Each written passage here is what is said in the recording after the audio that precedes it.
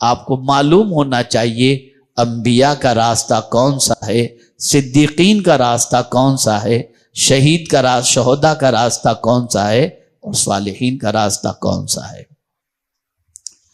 جب کبھی مصیبتوں کے بادل منڈلائیں، جب کبھی تکالیف ہر طرف سے گھیر لے، جب کہیں سے کوئی راستہ نکلنے کا نظر نہ آتا ہو، جب کیفیت یہ ہو جائے کہ مصیبتیں دروازے پر دستک دے رہی ہوں، تو میرے کریم نے فرمایا دو چیزیں تمہارے لیے قوت کا سرچشمہ ہیں۔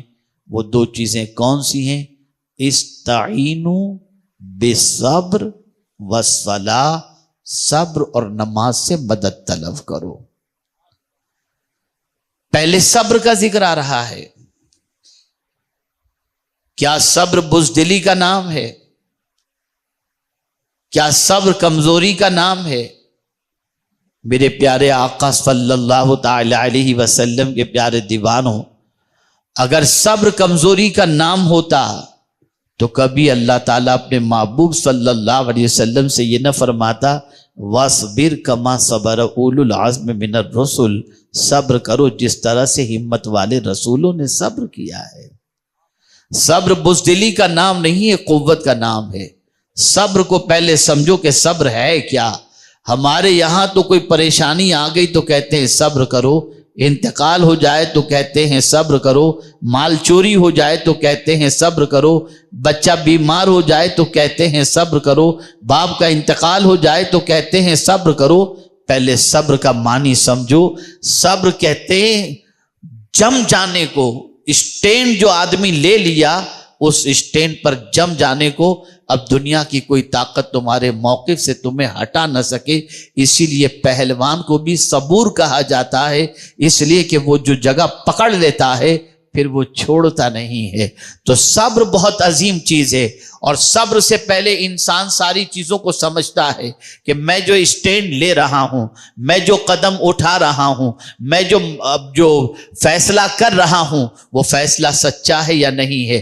اللہ اکبر۔ جب فیصلہ صحیح ہو، جب معاملہ صحیح ہو، اللہ اور اس کے رسول کی اطاعت کا معاملہ ہو، ایک طرف دشمن پوری طاقت لگا رہا ہے، کیا کربلا میں امام حسین رضی اللہ تعالیٰ عنہ کو ان کے موقف اور ان کے اسٹینڈ سے ہٹانے کے لیے ایڑی چوٹی کا زور نہیں لگایا گیا، پوری طاقت کھپا دی گئی تاکہ حسین اپنے موقف سے ہٹ جائیں، حسین یزید کی بیعت کو قبول کر لیں۔ لیکن اللہ اکبر، امام حسین رضی اللہ تعالیٰ عنہ بچوں کو لٹانا تو قربان کر دیتے ہیں، موقف سے ہٹتے رہی ہیں۔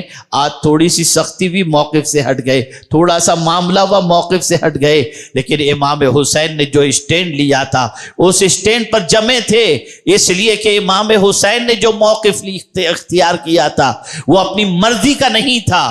میں آپ کو قرآن کی روشنی میں سمجھا دوں کہ قرآن کے بتائے ہوئے راستے کے مطابق امام حسین نے اپنا اسٹینڈ لیا تھا، اس لیے کہ یزید ظالم تھا، یزید فاسق تھا، یزید فاجر تھا۔ اللہ اکبر۔ اور قرآن نے واضح لفظوں میں کہہ دیا وَلَا تَرْكَنُوا إِلَى الَّذِينَ ظَلَمُوا فَتَمَسَّكُمُ النَّارُ، ظالم کی طرف نہ جھکو ورنہ تمہیں آگ چھوئے گی۔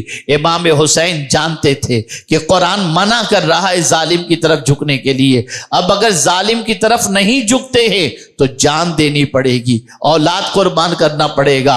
امام حسین نے اس چیز کے لیے تو آمادگی ظاہر فرما دی، لیکن قرآن کے فرمان پر عمل کرتے ہوئے ظالم کے سامنے نہیں جھکے، اور جانتے تھے کہ میں اگر صبر کروں گا تو کوئی میرے ساتھ ہو یا نہ ہو، میں صبر کروں گا، سب میرا ساتھ چھوڑ دیں تو کوئی بات نہیں، لیکن مولا کا وعدہ ہے ان اللہ مع الصابرین، کہ بے شک اللہ صبر کرنے والوں کے ساتھ ہے۔ اے رسول اعظم صلی اللہ تعالی علیہ وسلم کے دیوانوں، ایک بات اچھی طریقے سے ذہن کے اندر رکھیں، صبر بہت طاقتور چیز کا نام ہے، صبر بہت بڑی قوت کا نام ہے۔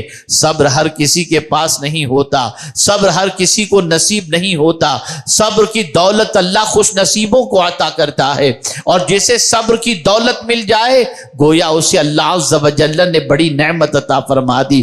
آپ مجھے بتائیے تو صحیح، اللہ اکبر، صبر اتنا عظیم سرمایہ ہے کہ کل بروز قیامت آپ کو ایک چھوٹی سی مثال دے کر کے سمجھاؤں.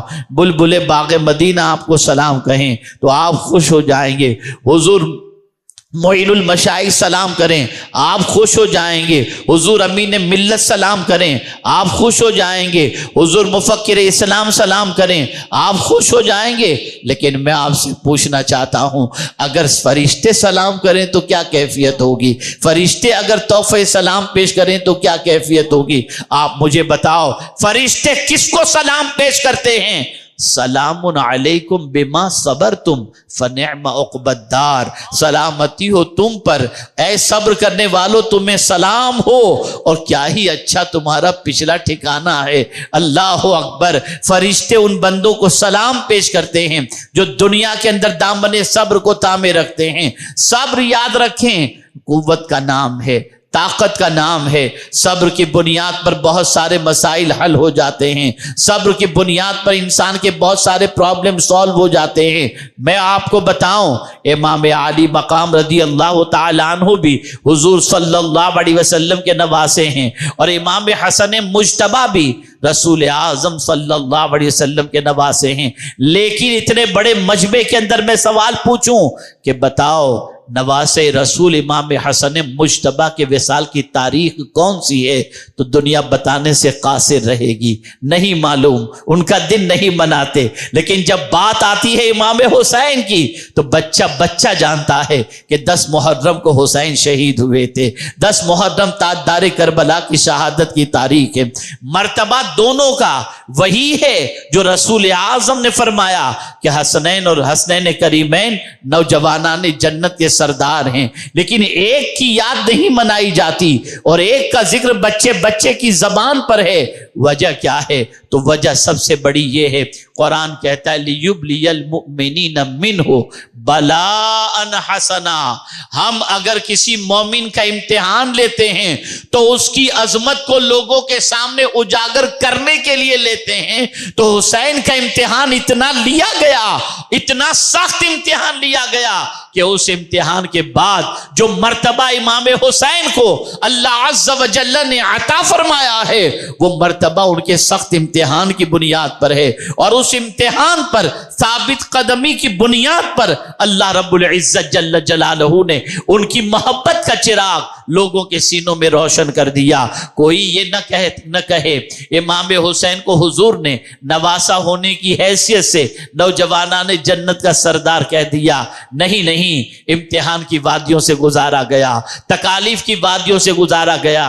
اگر میں یہ کہوں تو غلط نہ ہوگا، کسی نبی کی آل پر اتنا سخت امتحان ہوا ہی نہیں ہے جتنا امام حسین کا امتحان ہوا ہے. لیکن ہے کوئی مائی کا لال یہ جو ثبوت پیش کرے کہ ایسی سچویشن میں امام حسین نے کوئی شکوہ کیا ہو؟ نہیں، بلکہ ایسی سچویشن کے اندر بھی دامن صبر کو تھامے ہوئے ہیں. اللہ کی طرف یہ نہیں کہتے مولا میں تیرے نبی کا لاڈلا نواسا ہوں، میرے لیے سرکار نے اپنا سجدہ طویل کر دیا تھا. نہیں کہتے، اس لیے کہ امتحان گاہ کے اندر رشتہ داریاں نہیں پیش کی جاتی. امتحان گاہ کے اندر جو ہے وہ ایگزام ہال کے اندر پیپر دیا جاتا ہے. تو سب سے سخت ترین امتحان امام حسین رضی اللہ تعالیٰ عنہ کا لیا گیا، اور اس امتحان کے اندر ایسے اچھے نمبرات سے امام حسین کامیاب ہوئے کہ ان سے پہلے کوئی اس طریقے سے کامیاب ہوتا ہوا دکھائی نہیں دیتا ہے.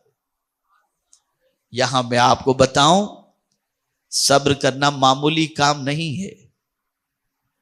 ایک چھوٹی سی ٹھوکر لگتی ہے تو ہماری زبان سے چیخ نکل جاتی ہے، اور شاید ہی محلے کا کوئی فرد ایسا ہو جسے ہم اللہ کی شکایت نہ کرتے ہوں. صبر معمولی دولت نہیں ہے. ہر عمل کا اجر اللہ نے مقرر فرمایا کہ اس نیکی کا اجر 2 گنا، 10 گنا، 200 گنا، 700 گنا، 1,00,000 گنا. لیکن جب بات صبر کی آتی ہے تو میرا مولا فرماتا ہے انما یوفی الصابرون اجرہم بغیر حساب، کہ بے شک صبر کا بدلہ اللہ بے حساب عطا فرماتا ہے. اے رسول اعظم صلی اللہ علیہ وسلم کے دیوانوں، صبر کے معنی ہوتا ہے روکنا۔ اب یہاں میں آپ سے پوچھوں، روکنا کتنے لوگ روکتے ہیں اپنے آپ کو؟ کہاں روکنا؟ اللہ نے حضور صلی اللہ علیہ وسلم کو بھی فرمایا وَاصْبِرْ نَفْسَكَ مَعَ الَّذِينَ يَدْعُونَ رَبَّهُمْ بِالْغَدَاةِ وَالْعَشِيِّ، اپنے آپ کو ان لوگوں کے ساتھ روکے رکھو جو صبح و شام اللہ کو یاد کرتے ہیں۔ لیکن ہم دیکھتے ہیں کہ حضور صلی اللہ تعالی علیہ وسلم کا امتی ان لوگوں کے ساتھ اپنے آپ کو روکنے کے لیے تیار نہیں ہے جو صبح و شام اللہ کو یاد کرتے ہیں، بلکہ ان کے ساتھ بیٹھنا پسند کرتا ہے جو صبح و شام اللہ کے ارشاد کے خلاف عمل کرتے ہیں۔ صبر بہت بڑا سرمایہ ہے، بہت بڑی دولت کا نام ہے۔